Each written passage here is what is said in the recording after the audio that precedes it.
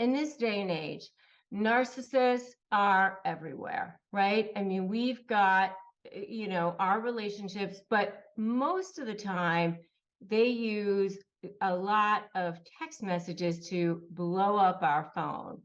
That's what they like to do. They like to blow up the phone, and they do it in a number of different ways. Okay. It starts off with love bombing.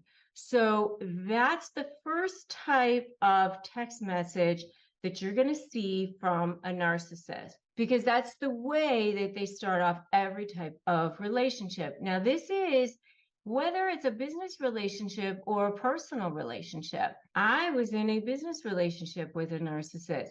So the first kind of touch that you're going to see from this narcissist is this love bombing type of text message. And it's pretty eye-opening, as I said, because the thing that you're going to see, and this is a huge red flag, is that you're going to get bombarded with these love bombing types of text messages from this narcissist. It's going to be all day, every day. Oh my God, even if it's a business relationship, oh my God, I just had this idea. I just had this thought. I just, middle of the night. And same thing if it's a new romance. Oh, I just was thinking of you. I just had this thought. I just had this song, this lyric just came to me, all these different things, right? I just was watching this television show. I needed to share this with you. Let's watch a movie together, even if we can't be together, and we'll just comment on it together. I mean, you literally with this person basically 24/7 on the text. And it's like too good to be true. This person is constantly with you. And so it's amazing how you kind of get into this groove with this person, with this constant amount of texting during this love bombing stage. And you think that this is how it's always going to be with this person, and you're almost overwhelmed. You're almost like, oh my God, this person texts me really a bit too much. Especially if you're like, it's a romantic person and you're trying to work and they're constantly pinging you, and it's a little super strong and you're overwhelmed, but you're like, okay, well, they're just so taken with me and they're just telling you how amazing you are, how beautiful you are, how handsome you are, how sexy you are, or if it's a business relationship, they may be, name dropping left and right, or they may be giving you information that you want. They might be giving you, oh, wow, I have this lead. I have these contacts. I have these, clients that I'm going to be bringing in. I have, all of this stuff, this flurry of activity at the beginning. And it's just kind of overwhelming because remember, narcissists are highly skilled at reading people. So if the person on the other side of this text is a narcissist, they're mirroring you. And so they're becoming whatever it is that you need to see, that you want, and you are believing that it's true. All right. So that's the love bombing text. That's number one. The next stage is you're moving into the devalue stage. And here we go. Self-centered messages are coming every time you move right into this stage. It's not a good thing. Here we go. Now you're getting into long essays, long paragraphs about themselves and what's going on in their lives. And they may even say, hey, how you doing? But it's not about how are you doing, because they don't really care how you're doing. It's how are you doing? Because I want to tell you all about me. I had a horrible day. How was your day? Well, mine was terrible. That's great. You had a good day because mine was awful. They don't even want to know about really how yours was. I just want to tell you about how mine was. If you do try to say anything about you had a bad day, well, mine was worse. Well, I had this or I had that. And, it's going to be all into, and, don't you care about me? Don't you care about how horrible things have been for me? And they're going to be looking to see how much empathy you're going to be pouring into them, how much caring you're going to be pouring into them, how much, you're going to be there for them, because they're going to be basically giving you this novel, this 30-page tome, all about them and how their life is so difficult and how their ex is crazy or their boss is a psychopath or their clients or this or that or whatever. I mean, setting it up so that life isn't fair for them or they're a victim in some way or whatever. And they might even be sending you unsolicited pictures of themselves or pictures of what it is that they want for their birthday or selfies of cool things that they're doing. They want to send you pictures of themselves with celebrities, stuff like that. So, I mean, when you start to see that, I would definitely run, because that's like yikes. So run away. And I want you to put that in the comments right now. Run, run if you see that. Run away if you start to see that at all. The next type of text that you're going to see after that, if you start to run away, is the future fake type of text. This is when they start to go, oh no, I don't want you to run away. You're going to see that all those things that I promised you during the love bomb phase, we're going to get back to that. Life is going to be amazing. And this is in a business situation too, because I got love bombed and future faked. You're going to see that the future is going to be incredible together. Look at the amazing family that we're going to make together, the vacations that we're going to take together, this incredible business that we're going to build together, the relationship that we're going to have together. Remember that we're soulmates. Remember that we were meant to be together. Remember that no one else has that what we have, or look how exciting this project is that we're going to have together, or, the future endeavors that we can have. And by the way, you shouldn't even think about this in the past. Don't pay attention to that.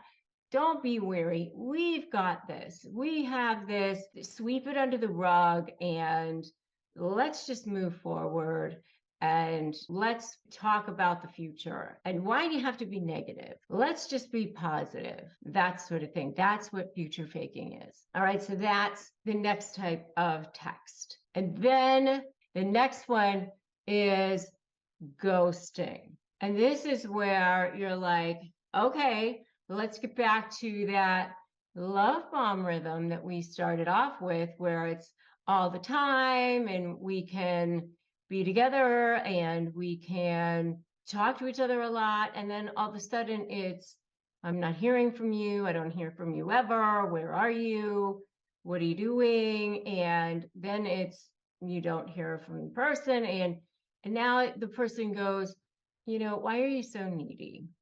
I have a life. Or they might not just even say that. They just don't respond at all. And, because they like to play this hot and cold game.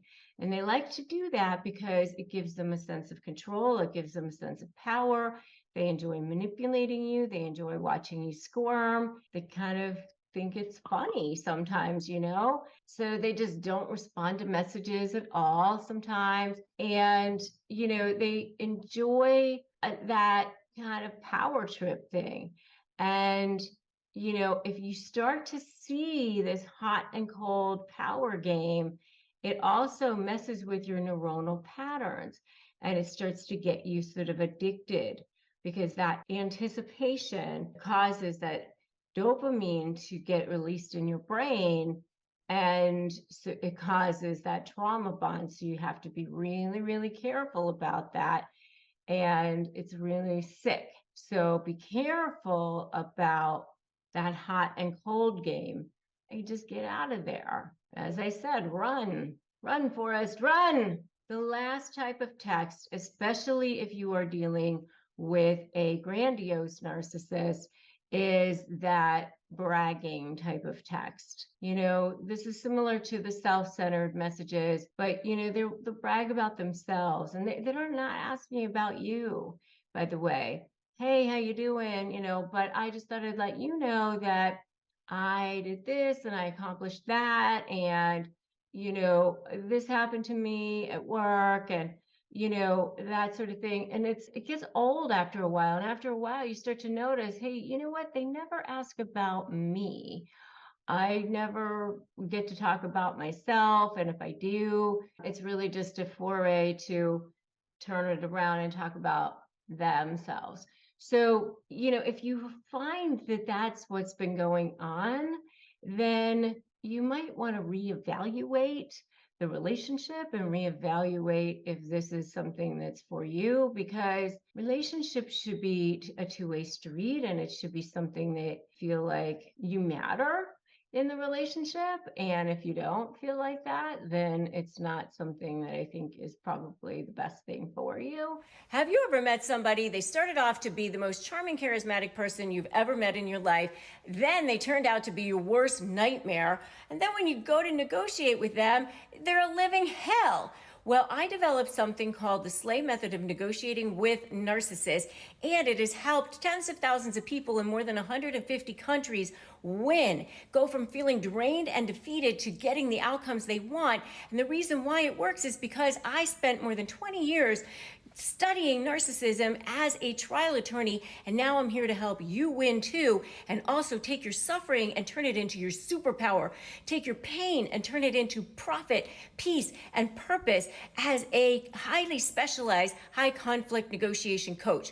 If you want to learn how to do it, then just go to RebeccaZung.com/apply, and I will show you how. So let's talk about whether or not you're texting with a narcissist on the other side. So the first little cue that you're going to get is that love bombing. So remember, relationships with narcissists usually always start off with something that looks like what we call love bombing, which is that they come on super strong as the most amazing person, and it's almost like a little bit overwhelming. If you want to know more about love bombing, I would definitely check out my video just on love bombing. But basically, it's just that they come on super strong. Like, they're just in your face all the time. You almost can't even breathe because they don't want to give you a chance to think or anything like that. So right away, they're making plans. They're telling you how amazing you are, that you're perfect, that they can be perfect for you. So, if it's in a business setting, they can bring you the best clients, the most money, they have all the right contacts, they have the best skills, whatever it is you're looking for. They've done it before, they've done it super successfully. They can introduce you to all the right people, whatever it is, they're very good at honing in on whatever it is that they see that you want or need or would be good for you. And so they'll do the same thing in text messages. So suddenly you're being love bombed. You're just like, you're so beautiful. You're so amazing. You're so successful. I can't believe I met someone like you. How lucky is it? We are perfect for each other. This whole thing is meant to be. And maybe people will say things like that and they're not narcissists, obviously, but this is just one sort of little indication. If it feels like, oh my gosh, it's a little much, they're coming on really, really strongly, then maybe it's a possibility that you're being love bombed. by a narcissist, unfortunately. So number 2 is they talk a lot about themselves. So, every single time you're in a text conversation with this person, they're telling you that what's going on in their work, what in their day, what's happening with them. They can't believe that this happened. This crisis is going on, and all about them, all about them, all about them. And they never really ask about you. Or it might just be sort of like an afterthought. Oh yeah, well, and how are you doing? Okay. And then they never even respond to that. Like, you tell them and then they don't respond to that. So if there's a lot of talk about themselves and a lot of talk about their own issues, and you just find yourself texting back, spending quite a lot of time just going on and on about helping them. And of course, if you're getting into the relationship with this narcissist, are probably an empath. You're probably a person who feels very deeply for people, who wants to help people, who feels like you can save people, or you care so much. Then, it's probably just really second nature for you to just go, how are you? And oh my gosh, and this is terrible. And you don't mind, actually, for a lot of it, helping this other person and pouring yourself into this other person. But then at some point you start to realize, well, wait a minute, they don't actually ever ask about me. How is that going on? I mean, and you think, well, am I being selfish?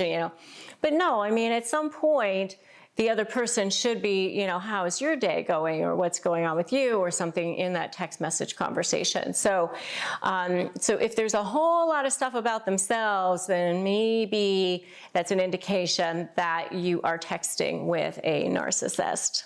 And by the way, if you want to know more about narcissistic favorite phrases, you should definitely check out my video on the narcissist's favorite phrases. So the next one is going to be like future faking, or saying things that, we are going to go and do all of these things. The future is going to be amazing for us. We're going to create this amazing business. We are going to go do things together. If it's a romantic relationship or a friendship, they might plan a lot of different things with you in the text messages, and then they never really come to fruition. Like, what's going on with that? And or the next one might be just that they're completely not responding to you at all. And sometimes that can be called ghosting or whatever, but just not responding to you at all can also be something that they can do, where you respond back to them and then all of a sudden they're not responding to you. Now it's like days have gone by. And so you're like back and forth between this love bombing and this like devalue in the form of, getting the silent treatment from them, or no contact from them at all, or ghosting. So if you want to know more about the differences between silent treatment, no contact, and ghosting, check out my video on that. But you really it can be very confused sometimes, because they're what we call future faking, meaning that they're planning all this stuff with you, and then you respond back, and now all of a sudden you're not hearing from them anymore. Maybe they go dark for a day or two, or even longer. And then when you start to ask them, hey, how come you went dark on me? They get mad at you. And, how come you're all of a sudden you're all over me? You can't leave me alone. You're badgering me, something like that. And this is the person who was also love bombing you, is saying, you were so perfect for each other.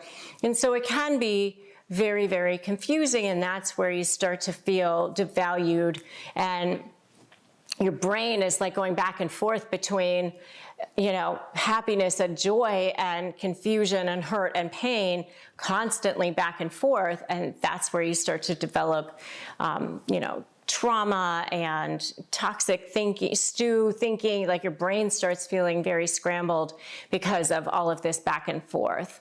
And if you are just shaking your head saying, oh my gosh, this is so wrong, just give me an SMH in the comments for shaking my head, SMH. And the fourth example of a text from a narcissist is a lot of bragging.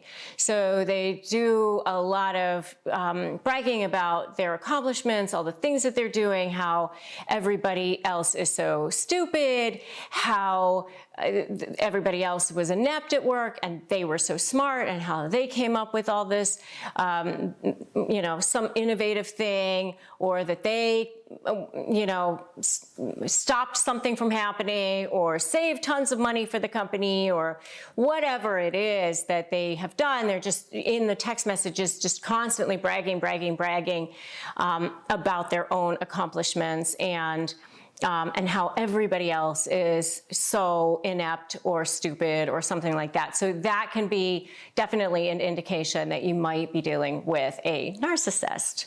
And the last one is that they send lots of pictures of themselves. So, you get tons of pictures of this narcissist, and it's not pictures of other people or things that are going around them, or even asking for pictures of you. They just believe that you must want tons and tons of pictures of them. And so that could definitely be an indication as well. So losing weight can be tough, and I know how frustrating it can be to feel like nothing is working. And that's why I'm so excited to offer something really special for you that's truly helping people. Hers. Right now, everyone's talking about weight loss medications like GLP-1s, but you don't need to be a celebrity to access them. Through Hers, you can get affordable, doctor-developed weight loss programs designed just for you, whether it's GLP-1 injections like the ones in Ozempic or Wegovy, or oral medication kits. Hers gives you the options to tailor everything right to your needs. What I love about Hers is that they make loss realistic and affordable, starting at just $199 a month with no hidden fees. Plus, you get the support of a medical provider to adjust your plan, answer questions along the way, all online and delivered right to your door. If you're ready for a weight loss solution that actually works, start your free online visit today at forhers.com/negotiate. That's FORHERS.com/negotiate for your personalized weight loss treatment options. Hers weight loss is not available everywhere. Compounded products are not FDA approved or verified for safety, effectiveness, or quality. Prescription required. Restrictions apply. 6 ways that narcissists text. And then I'm going to give you 5 ways to respond to them. All right. 6 ways that they text, and then 5 ways to respond. All right. So the first way that they text is like total bombardment, flooding your phone.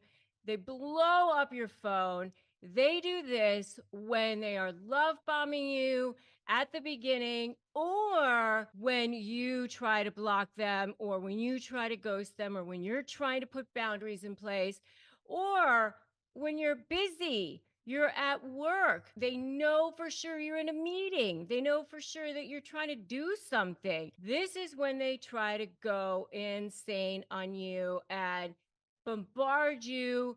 I need attention, me. This is the one type of text that they do. Just flood you with everything. I need attention. I need it now. So that's number 1. The next kind is just absolutely intense love. Oh my God, I love you. You're amazing. You are the moon to my stars, the most incredible person that I've ever met, this lost soulmate. Even if it's a business relationship, I can't believe that we haven't found each other before. This is going to be the most incredible thing ever. Absolutely intense.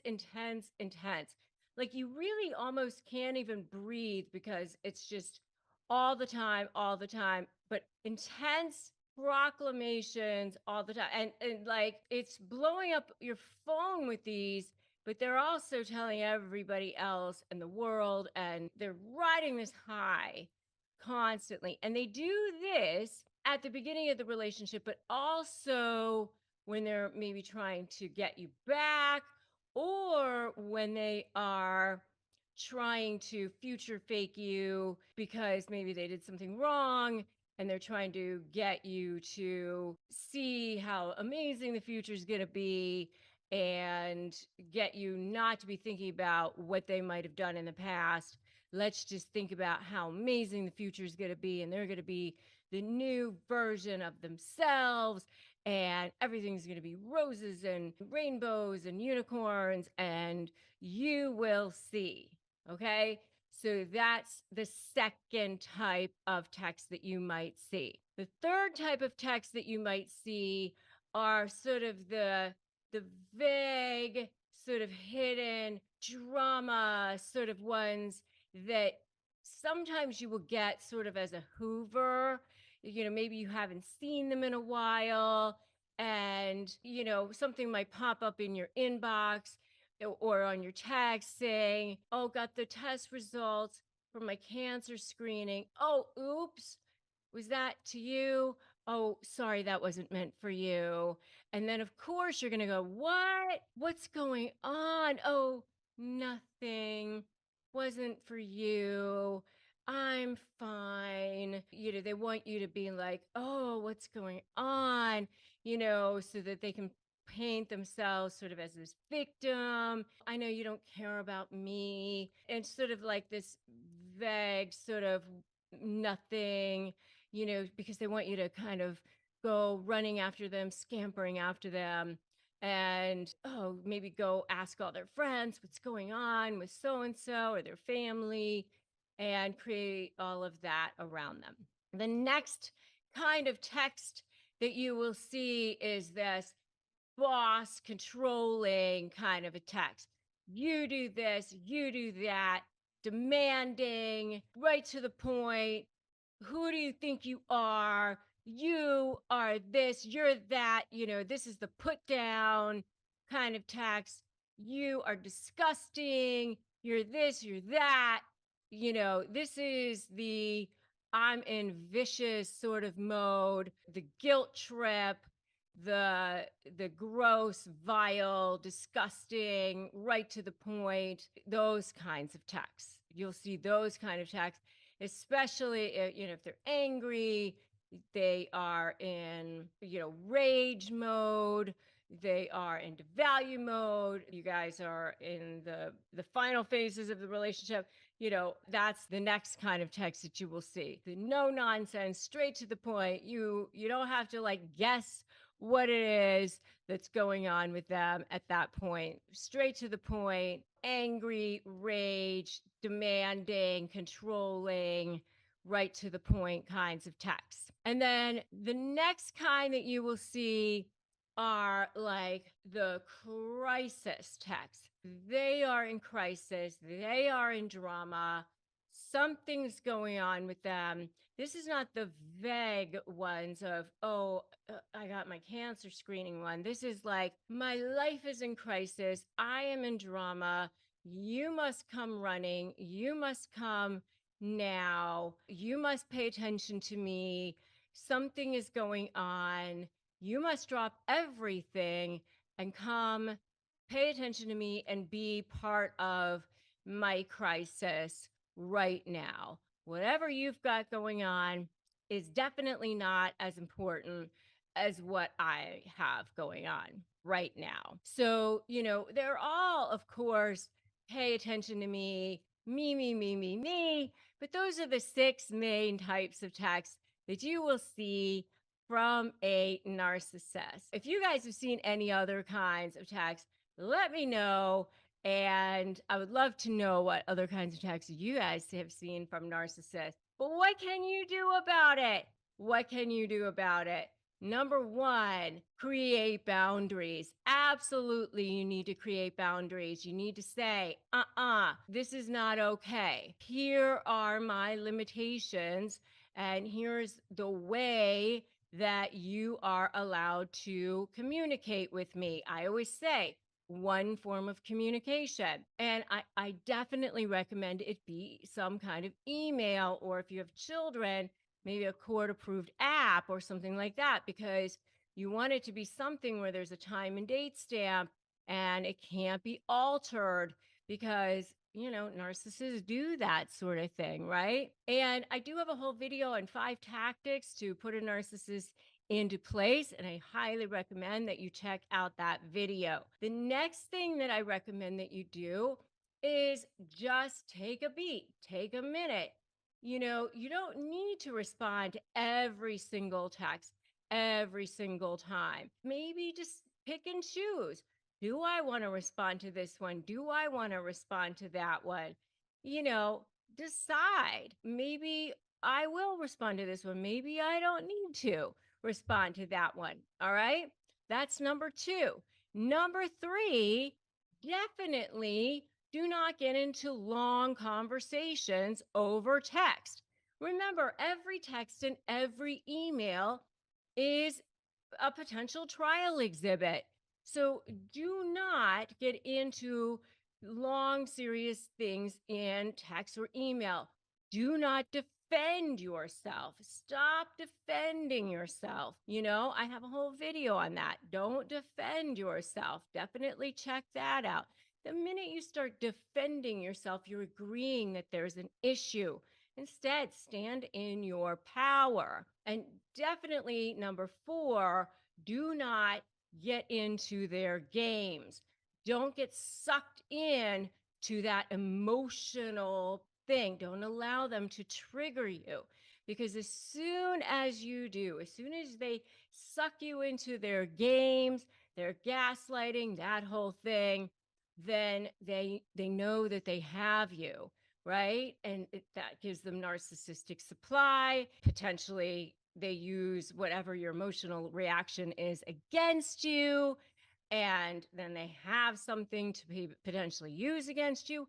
And as long as they're getting narcissistic supply, they will never, ever, ever leave you alone, because that's their food, their lifeblood, their oxygen. So just don't get sucked into the mud. Making that transition between summer and fall is always a crazy thing. And that's why I love having a leather jacket, like my gorgeous one from Quince. And they have timeless and high quality items, which I love. And they don't blow my budget, which I also love. They have cashmere sweaters and washable silk tops. And everything is like 50 to 80% less than other brands, which I also love. They cut out the middleman. They pass the savings on to us, which is also amazing. It's safe and ethical, which I also love. I really love my brown leather jacket from them. It's super stylish and it's high quality. Just love that. So make switching seasons a breeze with Quince's high quality closet essentials. Go to quince.com/negotiate for free shipping on your order and 365-day returns. That's QUINCE.com/negotiate to get free shipping and 365-day returns. Quince.com/negotiate. All right, so let's talk about the ways that narcissists devalue you in texting. Texting is one of the most ridiculous ways that they do it, because this becomes evidence for you down the road. This becomes leverage for you. It also becomes leverage that they can use against you too.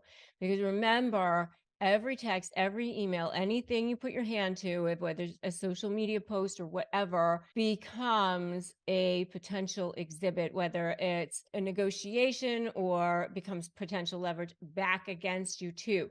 So you want to make sure that you're always keeping your emotions in check as much as you possibly can. They're constantly trying to look for ways to use things against you as well. So remember to be careful. If you want ways for phrases for disarming narcissists, I have a really, really powerful tool for you. It's a free tool. It's phrases for disarming narcissists, and you can get it at disarmthenarc.com. Just go to disarmthenarc.com and grab those phrases. Okay. So 10 ways the narcissists devalue you in text messages. Well, the first one is that they deliberately send you a baiting text message to bait you, and then they immediately ghost you. They know that you're going to be like on edge. They know that you're going to write back right away, but then they don't write back right away. So, here's the thing that'll happen. They'll accuse you of something that is completely false. They might send you some kind of SOS. I got test results, or I have to go in for a biopsy for something. I might have cancer. And all of a sudden you're writing back, nothing. They'll completely ghost you. So they're baiting you into something, and then they don't respond at all. If they're trying to, suck you back in to talking to them again, if they haven't spoken to you or you haven't spoken to them in a while, it's just sometimes called hoovering, like where they're sucking you back in like a vacuum. You're frantically trying to get a hold of them. You're so worried about them, and they want you to worry, and they want to see that you're still caring about them. They want to see that there's still something there. So that's the first one. Bait you and then ghost you. Number two is just deliberately ignore you completely. They don't bait you first, they just deliberately ignore you. A lot of times you will see this when you've gone through the love bombing phase, and now they're conditioning you. This is a conditioning where they want you to now want them, need them, become attached to them. It's all part of this sick sort of game that they play, where they love to play games with your emotions. They want to see that you are worried or attached, or how badly do you want to talk to them, that sort of thing. Like, they can't just be a normal person and respond, because they enjoy that process of manipulating you. Your emotions are a game to them. So that's number two. Number three is they'll deliberately start fighting words with you in a text message when they know it's a big day for you, but they'll make it your fault in some way. You didn't do this, you left in a huff this morning, and then you're over there trying to like assuage their ego and make nice with them, while you're also trying to be emotionally stable and whatever, dealing with your big day and whatever it is that you've got going on.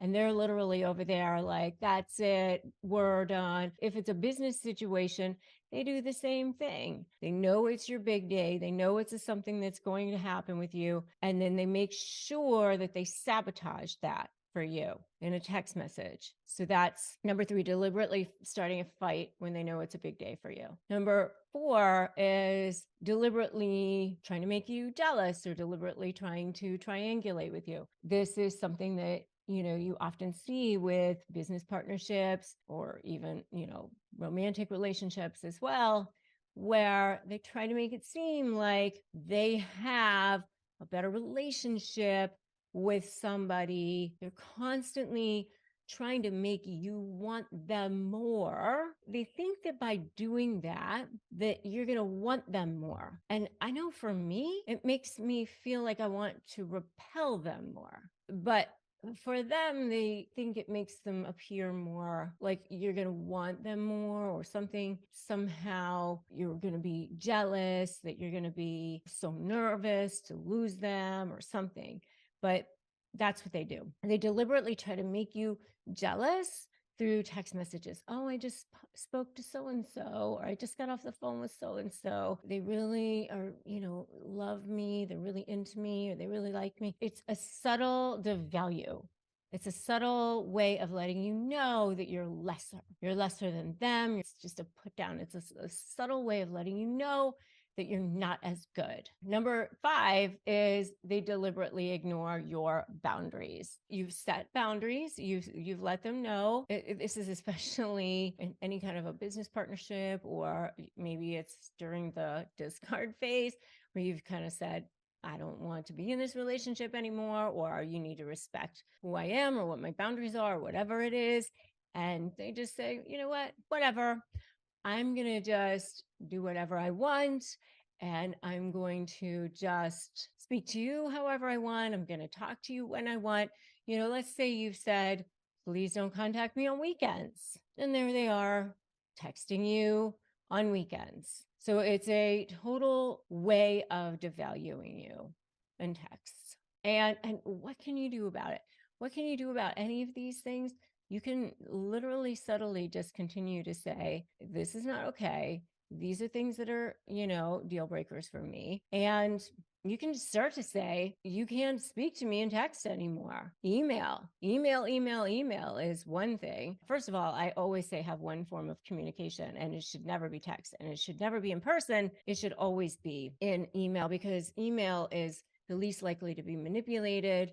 It has a time and date stamp. It's so much better for using in trial exhibits if you end up needing that. Texts are not necessarily going to be good trial exhibits down the road. Sometimes there's an exception, but for the most part, you need the entire conversation.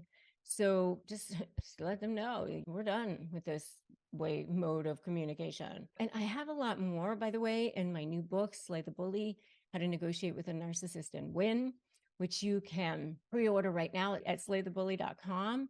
And if you go there and pre-order it now, you can get the entire manuscript ahead of time, and you get tons and tons of bonuses for free as well. So I would go there, slaythebully.com, and pre-order it now. And the next one is they completely deliberately ignore your needs. You're trying to explain to them what you need from the relationship, what is hurting you, what your feelings are, what's going on with you. They don't care. They will continue to plow through. They will continue to hurt you. They will continue to deliberately ignore your needs. That is not even a subtle way of devaluing you in texting. That is just a flat out over way of devaluing you in texting. All of this leaves you with a form of what we call complex post-traumatic stress disorder. And complex post-traumatic stress disorder, by the way, is actually far worse and far more difficult to get over than regular post-traumatic stress disorder, because, and not to devalue PTSD at all, but PTSD is actually something that happens from one event, such as, a war or a car accident or something like that. Complex post-traumatic stress disorder happens over time with a series of events. And, what can happen over time is that it takes its toll on the body. And so you can, it can be with leaky gut, or you can end up with issues such as high cortisol or kidney disease or diabetes or autoimmune issues, things like that. Your hair falls out. I mean, honestly, the impact on your health long-term is so far reaching. That's why you have a hard time thinking straight. You have a hard time with, with brain fog, cognitive dissonance, which leads me honestly to number 7, which is, when they are deliberately hot and cold, which is something else they do in text messages. Hot, cold, hot, cold, hot, cold. I love you. I hate you. I love you. I hate you. I love you. I hate you. That is what causes something called trauma bonding. And that trauma bonding is what causes it's so difficult to leave. It's so difficult to leave because something that happens in the brain, because you get that dopamine hit, and it becomes actually a physical addiction in the brain. It becomes extremely, extremely addictive and difficult. So when somebody is just even and just normal, you don't have those swings, you don't have those highs and lows. And that's what causes such a physical impact on the body, which is why it's so important that you're getting education like this, that you're getting the help and support that you need with channels like mine and other free resources like this, which, by the way, if you don't have access to a support group, go to Narcissist Negotiators with Rebecca Zung on Facebook, which is a huge support group that I have, and get access there, start connecting with people. It's a huge, huge community that I have that is very, very active, and that will help you at least get started with some support. Okay. Number 8 is that they will send texts that were allegedly meant for somebody else, and this is something that you see again in the Hoover phase, like, oh, hey, got my test results or something. Oh, oops, sorry, wasn't meant for you. And, again, that little devaluing, that little letting like, not thinking of you anymore or whatever, just a way to devalue you, again, using that power of text messaging to give you a kind of a smack in the face, kick in the gut one more time, especially if you are no longer in relationship with this person, whether it's a work person, a business partnership, a romantic relationship, whoever it is, even if it's a family member, quite frankly, you can block this person. You do not have to be in relationship with anybody. I mean, seriously, if they're causing you toxicity, if they're causing you harm, you do not have to be in relationship with this person. Period. End of story. You just don't. Okay. I mean, you really have to do something that I call defend your light with your life. That's what you have to do. That is the only thing that you have to do. You have to take care of you. That's what you have to do. And that's the intention that you have to set for yourself. That is what you have to do. If you don't have access to help and support as far as therapy, I do have a sponsor on this channel, which is BetterHelp, and you can go to betterhelp.com/Rebecca Zung to access that. And we receive commissions. It doesn't cost you any extra, but we want you to have access to good resources that have been vetted. Okay. So that's the next one. The next one is deliberately be passive aggressive about things that they said that they were going to do, and then they just don't do them. So yes, I will definitely take care of that. Yes, I will definitely help you. Yes, I will definitely pick that up for you on the way home. I'm all in, and then they just forget about it. Such a huge way of devaluing you. And they have no plans on doing anything for you. They have no plans on helping you. Or, yeah, I can do that. I don't think it's too far out of my way. I was going to, come right home or whatever. I was going to, but yeah, it's not too bad out of my way. Like they're just sort of like passive aggressive about helping you with anything and just sort of subtly devaluing you. But then, oh yeah, I see, I said I was going to do it. There's always that plausible deniability with people who are passive aggressive. Like, I said I was doing it. Look, if you look at the text, I said I was doing it. I had every intention. What are you talking about? So it looks like they were doing it, but then they don't actually even end up doing it. Or if they do, they can get the credit for doing it, even though that they did it like kicking and screaming and it didn't want to. And so there's like that little subtle devalue. And by the way, I know you guys have seen these things so far. And I'd love to know which ones you've seen. Tell me in the comments which ones you've seen, and give me an amen if you've seen any of these in the comments so far. Number 10, can you guess what it is? Number 10 is definitely gaslighting. Gaslighting is anything where they're like completely just questioning your reality. So what you've seen, what you've heard, what your reality is. And they'll just basically just say, that's not what it is. So you're texting them and telling them that you saw them with another woman or another guy. And they'll be like, nope, that's not what you saw. And they'll literally flat out lie. I mean, they don't even sometimes like massage the facts. A lot of times they just flat out lie. Like, no, I wasn't there. Completely gaslight your reality. The good news is that becomes your leverage. When that happens, especially if you have proof that they're flat out lying, that becomes your leverage, which is great news for you. Keep track of that. Make sure you are documenting that. Make sure you are using those things. That becomes something that you can use in negotiations.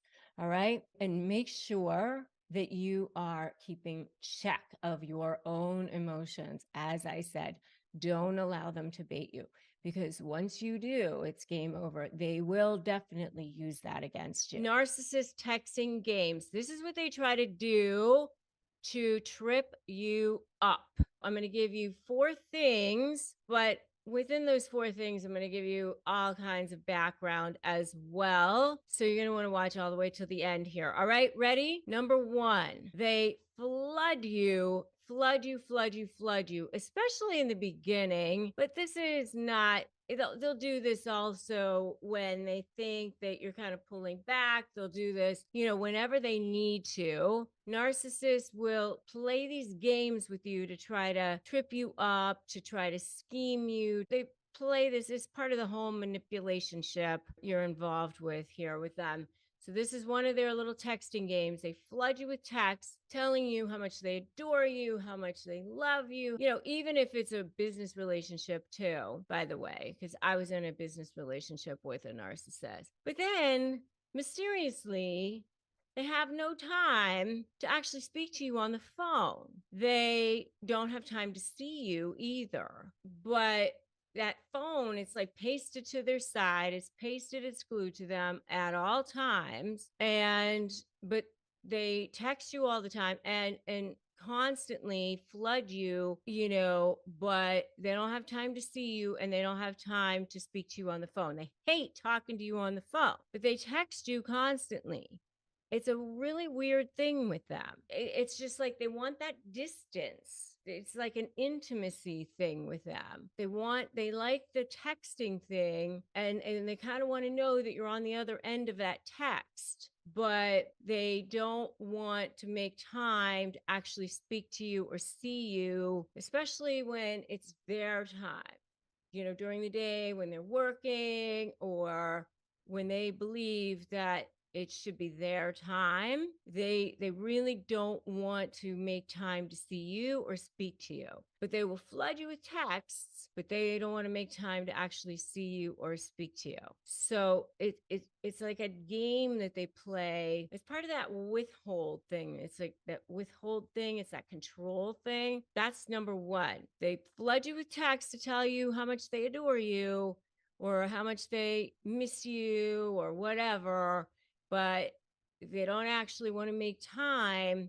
to see you or speak to you or have you in their space unless they want you there, unless they say, it's that control thing. So that's number 1. Number 2 is that they will use apps, and believe me, I've seen this in my law practice. This is a crazy thing. They use apps to hide their guilty texts. Then they accuse you of being the cheater or being the one that they can't trust or being the one who has problems. They project all of that onto you, and you haven't done anything wrong there, but they're constantly accusing you of where did you go? Who were you with?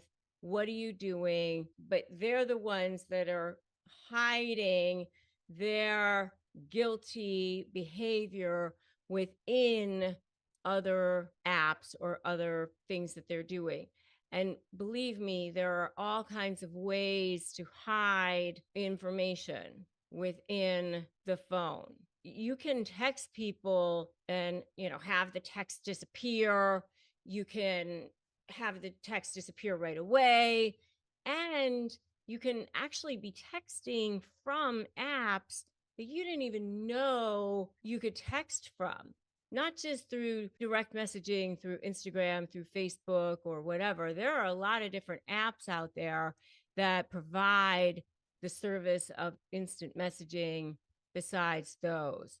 So they use different kinds of apps to hide their guilty text, then accuse you of being the one who is not trustworthy. And you're over there thinking, what are you, crazy? Like, I didn't do anything. But it's really just a projection and a deflection of their behavior, of their lack of being trustworthy. They know they can't be trusted, so they they put it out onto you, right? So that's number two. And it's all a mental game that they play to try to make you feel unstable, make you feel confused, and to mess with your brain. Okay. So that's number two. Number three is they flood you with attacking texts. What are you doing? Where were you? You're crazy. You're this. You're that. You're the worst person in the world. Horrible, horrible things. Long text too, the type that you have to, hit see more, whatever. The worst possible venomous, horrible things. And you're over there like shaking because they make sure to send those things when you are walking into an important meeting, walking into a special event, you're at a family dinner. Sometimes it's at a family lunch with their own family or whatever it is, where they know exactly where you are, exactly what you're doing, but they want to trip you up. They want to upset you. They want to make sure that you're sabotaged in some way right at that moment. And then you respond, you take the time to say, what are you talking about? You know that this is the situation. You know that I just spoke to you, that this was what's going on. And you take the time to explain, to justify, to defend yourself, all the things that you should not be doing, by the way. Never explain, justify, or defend. Don't do those things because it just gives credence. It gives them supply. It gives them all the things that you should not be doing, by the way, because then when you do those things, what do? They refuse to respond. A game they play to try to trip you up. It's a game and it's not okay. And I want you to put that in the comments right now. Not okay. Messing with your emotions, with your psyche. It messes with your chakras, with your energy centers, with your autoimmune system, with your gut health, with your vagus nerve, with your brain.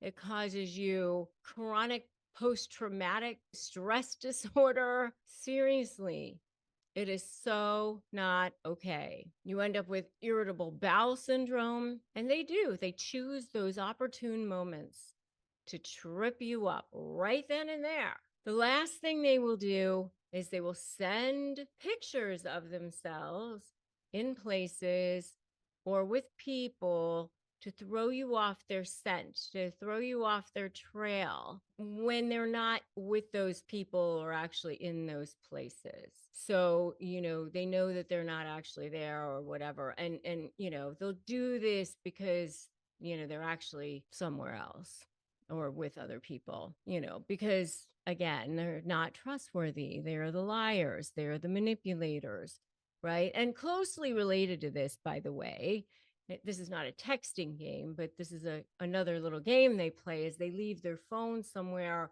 when they are somewhere else. If you have a phone tracker, if you know where they are, along the lines of the texting game is they send the pictures, whatever, just throw you off where they actually are. Those are 4 texting games that they will play to trip you up, to manipulate you, to make you crazy, to destabilize you, to cause you trauma brain, to make your life miserable, gaslight you, all of the things that they do. And then, you go to try to negotiate with them, you go to try to communicate with them, and seriously, you become a shell of yourself. You start to not even recognize who you are at that point. All right, so 5 signs you are texting with a narcissist. So number 1, Number one is the love bomb. Of course, they start off with love bombing. That means that they just want to make sure that they are overflowing in the relationship. They are just so generous. You are so perfect, so amazing. Even in a non romantic relationship, even in a business partnership, which is something that I had to deal with in a situation that I was in, they start off so perfect. I mean, they want to make sure that you just think that they are God's gift to you. So it's actually kind of overwhelming at the beginning where they just are absolutely amazing. You just wonder, where has this person been all of my life? So they are intelligent and absolutely incredible. If it's business, all the amazing clients that they can bring to you. If it's romantic, they're telling you how beautiful you are, how handsome you are, how smart you are. You just think that you have found your soulmate. I mean, absolutely incredible. And they're just texting you all the time. And it's just absolutely overwhelming sometimes. So the love bomb in every possible way. So that's number one. Number two are the self-centered messages.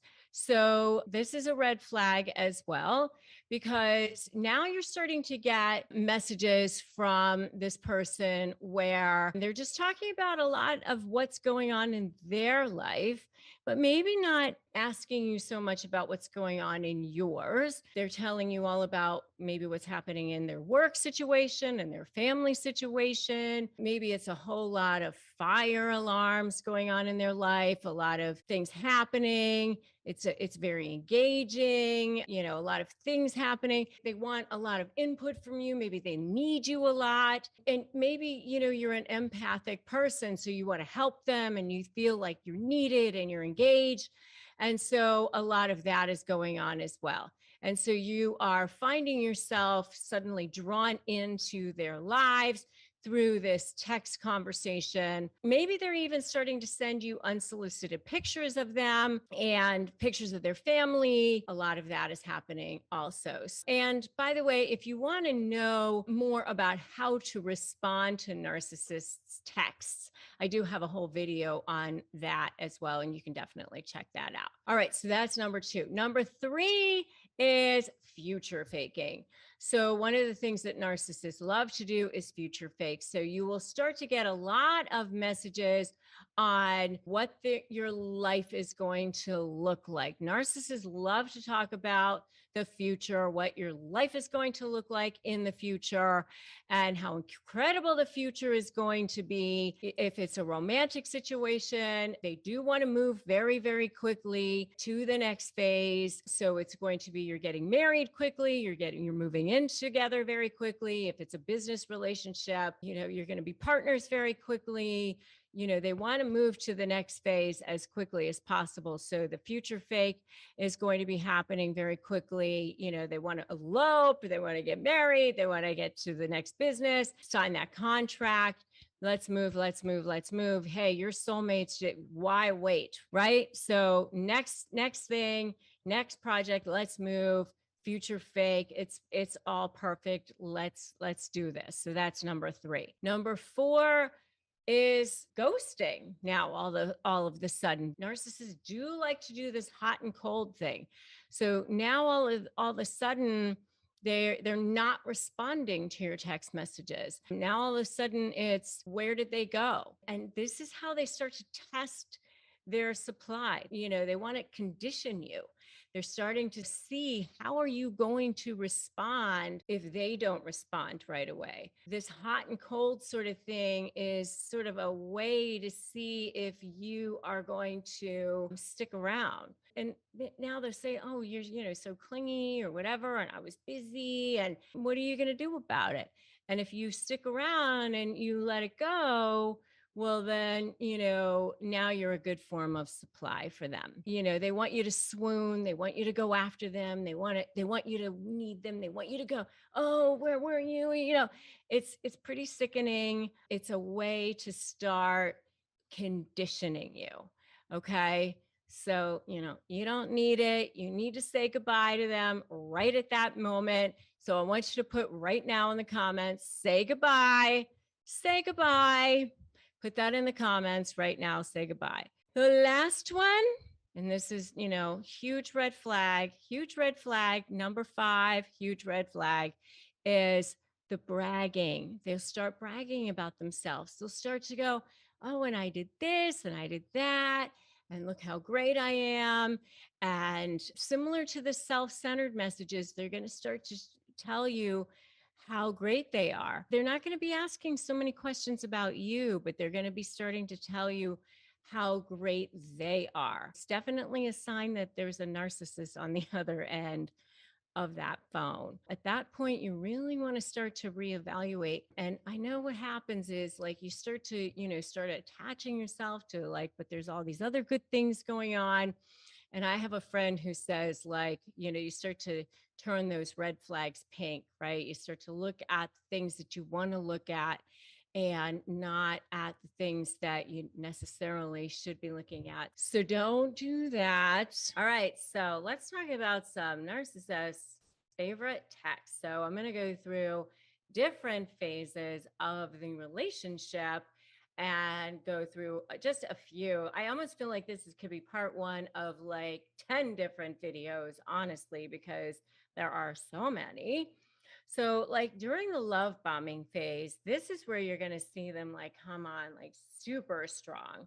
So, this is where they're going to like flood you. I have like a whole video on like the things that they actually say in person as well, such as like narcissist favorite catchphrases. And that's kind of more like things that they'll say like when they're kind of like devaluing you, like because they have like the 3 phases, like love bomb, devalue, and discard. And you can definitely check out that video as well. So I'm going to kind of go through kind of the love bomb, devalue, discard, and then after the discard they kind of come back through and sort of hoover you a little bit as well. But during it kind of starts with love bombing and kind of ends with discard, but then they kind of go back and forth between love bomb, devalue, then back to love bombing, devaluing, discard. Kind of hoovering is almost really a kind of like a love bombing in a way. It's all like a toxic stew. It's not linear.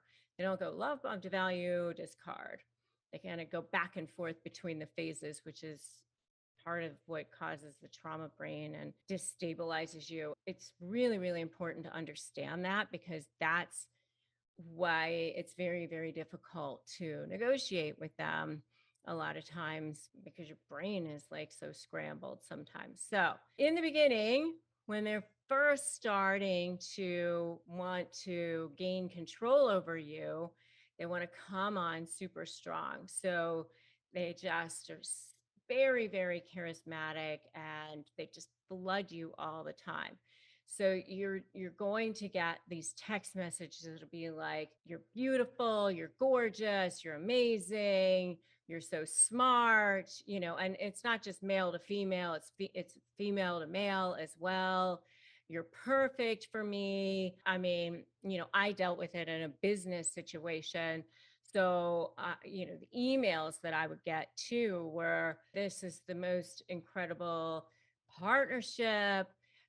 I can bring you the best clients. I know all the right people. I can make the right introductions, to flood you at the beginning with all the right things to say. So, you'll see things like, I can't stop thinking about you, or I miss you already, when they just left like 2 minutes ago. Flood you, flood you, flood you. You can't believe this person even existed. They're right there in your space all the time. I can't live without you. You're my Prince Charming. You're my Princess Charming. You're my soulmate. This is the most amazing thing. I've never met anybody like you before. These are the kinds of text messages that you will get during the love bombing phase, right? So if any of you guys have seen this before, I want you to give me an amen in the comments right now. Totally, right? Okay.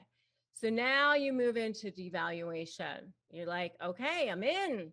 This sounds amazing. We're in. I'm totally embracing this person. This is fantastic. So now you move into devaluation. So the next phase is either ghosting, which means you get no text messages whatsoever at all. You're texting this person, texting this person, texting this person. You get zero, complete radio silence, nothing, nada. So hours go by, you get nothing. And then when you finally get something back, it might be, you're so needy.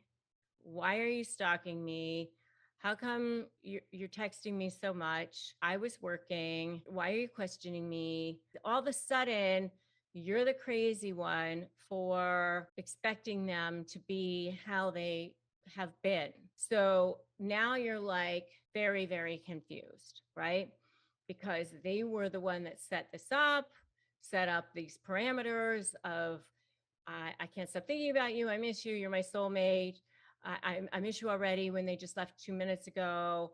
And all of a sudden, you're the crazy one because they didn't text you for hours and hours on end. So that's the devaluation phase. All of a sudden, you're overly jealous because why are they talking to this coworker in this crazy way at 2 a.m. in the morning in a suggestive way? That's the kind of thing that you're going to be seeing in the devaluation phase. Starting to gaslight you, starting to project and deflect, starting to think that you're crazy. The shift is going to start to happen. The ghosting, that's what is going to start to happen in the devaluation phase. The passive aggression. Oh, sure, I will definitely text you back within the next hour. And then an hour goes by, you don't hear from them. That's passive aggression. How come I didn't hear from you? Oh, I was working. Why do you have to be nagging me? That sort of thing. So there's your devaluation phase. All right, now during discard, so you're in the discard phase. So it's stop texting me. I'm going to block you. Why are you still after me? Congratulations, you got what you want. Why are you talking to this person? I'm going to bring you down. I'm going to make sure that no one ever believes you. I'm going to make sure that everyone sees you for who you are. I will do everything in my power to make sure that you don't ever get what you want. Now you're going to start to see like this person that you never would have believed, or you're going to see them just doing things that you would never have believed that they would do. You call them out on it and they'll say, oh, I didn't do that, or we had an agreement that we could do that, something like that. And you're going to be like, well, we never had an agreement to that, and your head is going to be completely spinning during this discard phase of who in the heck is this person? You would never have believed that this person during the discard phase is the same person that you thought you knew during the love bombing phase at all. Okay. Then you get into the hoovering, text messages. You won't have heard from this person in 6 months. And after all the things that have happened, all the things that they have done, all the horrible things that went down, and you finally have moved on with your life and don't even think about the person anymore. And in your DMs or in your text, suddenly you get a little, hey, how's it going? Or just a hey. And you're like, what is this? Or, hey, how are you? Something like that. And you think, what are you doing? Or it might be, hey, I heard our song. Just something super random. And it's just a little like, boom, is there supply to be had?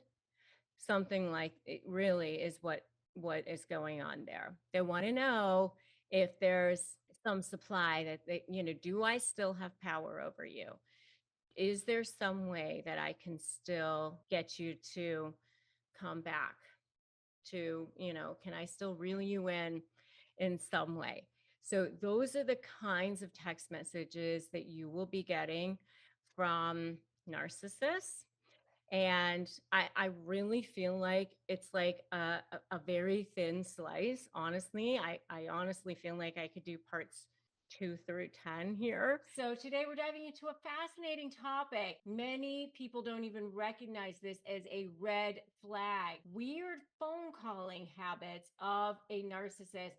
They are master manipulators, and their behavior over the phone, a power tool, a powerful tool in their arsenal of control tactics, and you want to know what's going on here so that you don't fall into that hole and become prey and actually turn this around and use it for you so it doesn't get used against you. So let's jump in. The first one is that they don't call it all, but they prefer to use text instead. This is something that I always found so weird. So you've been in a situation, you're trying to have a meaningful conversation with this person, but they insist on texting instead.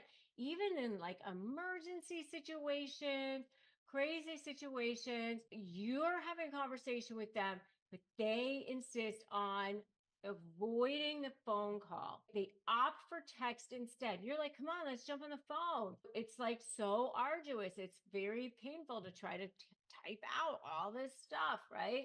But no, texting will give them a distinct advantage. It allows them to control the narrative. Plus, they don't want that closeness. They want to keep that distance. They want to keep you kind of far away. They're not comfortable with intimate conversation. They're comfortable with having some distance between you. They want to be able to think carefully about each word that they're using. They want to be able to craft that perfect response. They don't want to have that spontaneity. They don't want that intimacy. They don't want real-time conversations. So if you're trying to discuss an important issue with them, maybe you're having a disagreement, maybe a decision needs to be made, you're trying to call them, you're not getting an answer, this is probably why. They want to be able to respond on their time. Plus, maybe they're in a place that they don't want you to know about, right? Maybe you're dealing with a co-parent or a husband, a spouse, whoever, but they want to be able to text you back when they want to. It allows them to keep you on your toes, give you vague answers even. They can ignore you, they can respond when they want, they can make it convenient for them, they can be vague if they want to. It forces you to be in a position where you are waiting on them and they can dictate the pace and the tone of the conversation. So number one is that they don't call at all. They prefer to text instead. So that's number one weird phone calling habit of a narcissist. Number two is that they'll call you at inconvenient times. This is kind of weird. Like you'll agree that you're going to talk at 6 p.m. or a certain time that you've already said is convenient to you, but they don't call at that time. They'll call at 9, 10 o'clock at night, 11 o'clock at night, 6 o'clock in the morning, some weird off time that you've already said that time doesn't work for you. It's so weird because they'll call you at a time that they just have decided that that's the time that they're going to call, or your busiest work hours during the middle of the day. And they expect you to be available. Do you think that's a coincidence? It's not. They expect you to prioritize them over everything else. So you're in an important meeting, your phone goes off, and then they guilt trip you for ignoring them, for not answering the call. You're disrupting it. What's going on? The key here is that they want you to cater your life to their whims. It's a power play. Once again, why aren't you dropping everything for them? Reinforcing their control over your time and your energy. Got it? Maybe you're just settling in for a relaxing evening. You're finally off the clock. Maybe you're in sales or something, but they want you to be at their whim. It's like saying your schedule is at my mercy. Your time is more important. Their time is more important. The next thing is they talk or interrupt you. Rarely is a conversation a two-way street when it comes to a narcissist.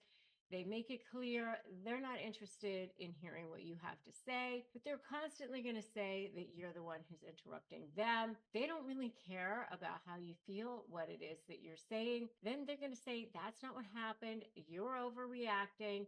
They constantly are hijacking the conversation. They're steering it away. They don't want to hear about your feelings. They just want to steer it back to them. So imagine you're on a work call. Every time you try to contribute to the conversation, they're back at them. They're interrupting with their own thoughts. They're disregarding your input. It undermines your confidence and it establishes them as the authority in the conversation. An effective strategy here is to set boundaries. If they interrupt, calmly say, I wasn't finished. I need to continue speaking here. A simple phrase is powerful in reclaiming your voice. If you've seen any of these so far, give me an I've seen it in the comments so far. And I have powerful phrases for disarming narcissists at disarmthenarc.com. Go to disarmthenarc.com and get my powerful phrases. And also join my free private Facebook group, Narcissist Negotiators with Rebecca Zung, to get those support that you need. Don't try to do this alone. The next one is excessive love bombing calls. Early on in the relationship, you're like, oh my God, they're calling me so much. They're going to call you all the time, because they're trying to get this sense of dependency going. It's their way of making sure that they become the center of your universe all the time. Here you go, center of the universe, until, of course, they're not, and then they're gone. All the time you're going to hear from this person, even if it's a boss, constantly at the beginning, and then all of a sudden done. And then that shift can be jarring, which brings me to number 5, which is the silent treatment, the dreaded silent treatment. Narcissists are notorious for this one. They suddenly stop returning your calls and stop returning your messages, leaving you in this state of confusion, the state of anxiety, no calls, no texts, nothing. You start to wonder if you've done something terribly wrong, might even start blaming yourself. And this is exactly what they want. Your anxiety is their power. I mean, it could be a colleague that just stops calling you. They won't respond to anything. They leave you out of the loop, and you're wondering where you stand. It's a tactic to make you feel insecure and force you to wonder where you stand and seek their approval once more. And the best way to handle the silent treatment is not to engage. Do not chase after them. Don't beg for a response. Stay strong. Remember that their silence is a reflection of their need for control and not a reflection of your worth. So if any of these behaviors sound familiar, or any of these phone habits or something that you've dealt with, drop a comment below. I'd love to know. I'd love to hear your stories and how you've handled these situations, engaging with our communities, how we grow stronger, how we grow together. Anyway, let's talk about those 5 kick-ass responses to those text messages, those comebacks, the ones you can, you're always trying to think of. So here's the thing. When you're dealing with narcissists, you can have a framework because they're trying to trigger you at all times. I mean, when you get those emails, those texts, you want to come back with, well, I'm saying, when they say, oh, you're a terrible mother, or you're awful in business, and you want to defend yourself. That's the natural tendency as people. And they go back and forth between, their love bombing and those text messages, and they're trying to devalue and destabilize you. And it's just constant. And if you want to know more about the various stages of a narcissistic relationship, by the way, you can check out my videos on love bombing, devaluing, and discard. I have one for each. You can go check them out if you'd like. But really, the back and forth is actually way more toxic than someone who's just toxic all the time. And here's the thing, if you're no longer for a narcissist, then they're just going to assume that you're against them because they only think in terms of black and white. And if you're not for them, then you are public enemy number 1. You're definitely against them. So within that framework of all of this toxicity and craziness, you've got to have a way to respond that's going to allow you to continue to maintain your power so that you don't get triggered and so that you continue to control the conversation and control the way that you respond so that you don't do something that you might regret. Because remember that every text, every email, everything you put your hand to, anything you write, whether it's a social media post or whatever, is a potential trial exhibit. So remember that. Always keep that in the back of your mind, because they will try to trigger you. They will try to get you to put something in writing that they can screenshot or print out and use against you in whatever way they can. So be really, really careful about that. All right, so the key to doing this, the key to responding to them, is to look at it as if you're completely disengaged, almost like you're a third party, like you are watching this thing and you're like, oh, they're, like watching a tennis match. Oh, they just hit the ball. Oh, that person missed it. Oh, there they hit it again. Almost like that. You're keeping all of your interactions like as brief and unemotional as possible, because that way you don't get triggered. I mean, you're going to want to defend yourself. You're going to want to say things that are going to be like, proving things, like you can prove them wrong or whatever. Don't bother. You're never going to do it. You're never going to prove them wrong. You're never going to have closure. And I have way more on this, by the way, on my video called I Was Dead Wrong. You should definitely check that out as well. Which is about my own thing of how I figured out what I was dead wrong about when it came to narcissists. But you want to just be careful about that. So here are some ideas for comebacks for you, all right? And these are also, by the way, because I am a lawyer, great trial exhibit as well, okay? So let's say you get a long email and it has all kinds of stuff in there about you're a deadbeat parent, you're worthless, you're this, you're that, and all of these long things. What I want you to say instead is this: I am in receipt of your message. I deny your allegations, and you can pick up Johnny at 3 p.m. on Wednesday. You select the one thing in the email that you have to respond to. You respond to that without emotion. You never explain, justify, or overshare. Remember that. Never explain, justify, or overshare. And you just respond to that. And everything else, you've said you've received it, you've denied it, and that's it. You don't need to go point by point. You're not going to get them to see your side. It's not going to happen. But you've done what you needed to do to preserve the exhibit for trial. Got it? Okay, so that's number one. Number two is thank you for sharing your thoughts. Have a wonderful day. So again, you've acknowledged, but you see how you're just keeping a distance between yourself and them. You're keeping your emotions out of it, all right? So I want you to write this down in the comments right now. Never explain or justify. Put that down in the comments, because that way you will remember to start doing that, okay? So never explain or justify. Thank you for sharing your thoughts. Have a wonderful rest of your day. Number three is, it sounds like you are very upset. Let's discuss further when you've had a chance to calm down. You see how you are observing them being upset. You are not upset. Now, they may say all kinds of stuff back, like you're this, you're that, whatever, and you're the one who's upset, and you're the one who's yelling. You just say, I agree, we need to take a break. Looks like you're very upset. Happy to talk when you've had a chance to calm down. Or you can even say, well, we both had a chance to calm down, who cares? But you just observe their behavior. Observe their behavior to them. It's not you, it's them. You're looking at them having that behavior, all right? So that's number three. Number four is you are entitled to your perceptions, thoughts, and beliefs, just as I am. You're entitled to have that opinion.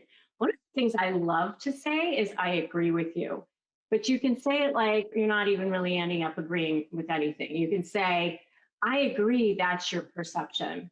I agree that that's what you think.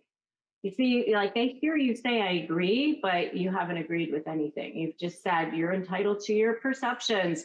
You are entitled to your beliefs. You are entitled to your thoughts, just as I am. We both are. And that's just like, it doesn't add fuel. It doesn't give them that narcissistic supply, which is what they're after. Okay. And the last one is no, thank you.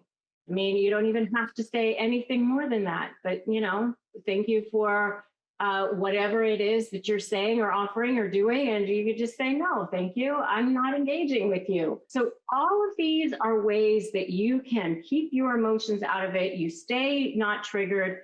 You are creating trial exhibits and potentially proof exhibits down the road that might help you and also help you preserve your sanity. Okay. All right. So I'm telling you that here's how you know.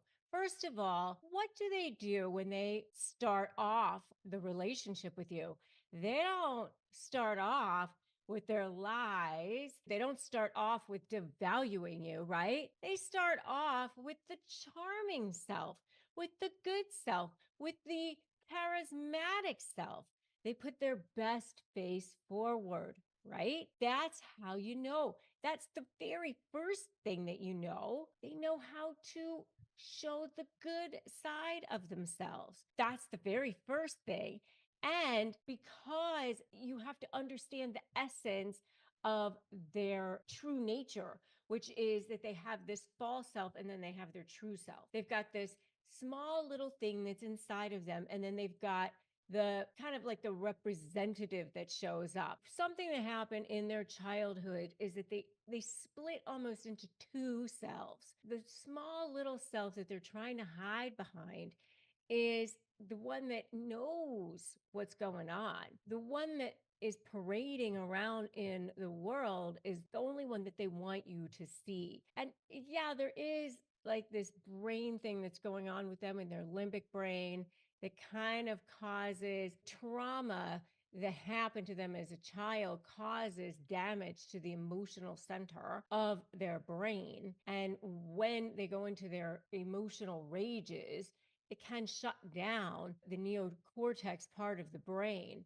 And maybe that can affect some memory issues, but that doesn't mean that they don't know what's going on with their behavior. And I wrote all about this in my book, Slay the Bully, How to Negotiate with a Narcissist and Win, by the way, which I highly recommend that you check out. But here's the thing. You have to understand that when you accuse them of something, what's the very first thing that they do? They lie about it. They project about it. They hide it, which means they know the behavior that they're engaging in is not something that they're supposed to be engaging in. They're projecting it on somebody else. They're lying about it. So they know, they're keenly aware of what is right and wrong in society. They just have a disregard for other people's feelings or the impact that is going to have on other people. They just sort of have this, the rules don't apply to me. That's what it's really all about. It's not that they don't know what's right or wrong. It's more that they just don't get what the impact is on others, and they don't care what the impact is on others. Okay? Because they have this insatiable need to feed their own ego, to feed their own sense of entitlement, to feed their own sense of need for admiration. And then you couple that with this profound lack of empathy for others. And that's where you get this constant need to manipulate others, the gaslighting techniques. And that's where their victims, their targets, end up feeling confused, feeling invalidated, and feeling powerless. Do they know their behavior is wrong? You bet you. You bet you they do. The proof is that when you accuse them of something or you catch them, they lie about it. They project about it. I call it lying and denying and projecting and deflecting, because that's the first thing that they do. They are adept at rationalizing their behavior, deflecting accountability onto others. I mean, they're so good at thinking on their feet and just pushing it away. They minimize the impact of their actions they shift blame right away, that continues to serve the needs of their ego. And it just helps them avoid accountability, which is what they want to do. Okay. And they don't really care what the impact is going to be on others. And by the way, if you agree, give me agree in the comments. I'd love to know what examples you've seen of this, how it has impacted you. Your comments help us build community here. And this is my goal here, is to help us build a community here on my channel. So if you haven't subscribed here, I invite you to do that now. Subscribe, hit that notification bell, and comment below what you have seen.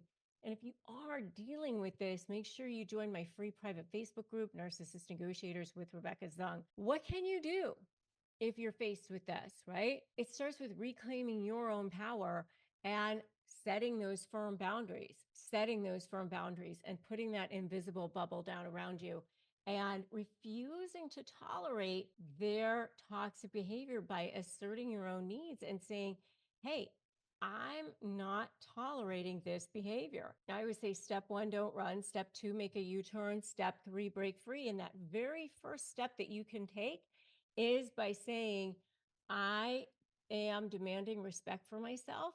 I'm no longer allowing you to speak to me in a way that's disrespectful or in a manner that's disrespectful. And I'm no longer allowing you to engage in behavior that is disrespectful, meaning I'm no longer tolerating behavior that is disrespectful. Your behavior is wrong and you know it and I know it.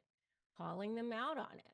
So empowerment is not about changing them. You're never changing that narcissist. They would have to engage in that self-reflection, which they're not going to do. It's about you navigating a situation with clarity, with confidence, and understanding how to do that. I teach people how to do that in my high conflict negotiation certification program, through my SLAE programs,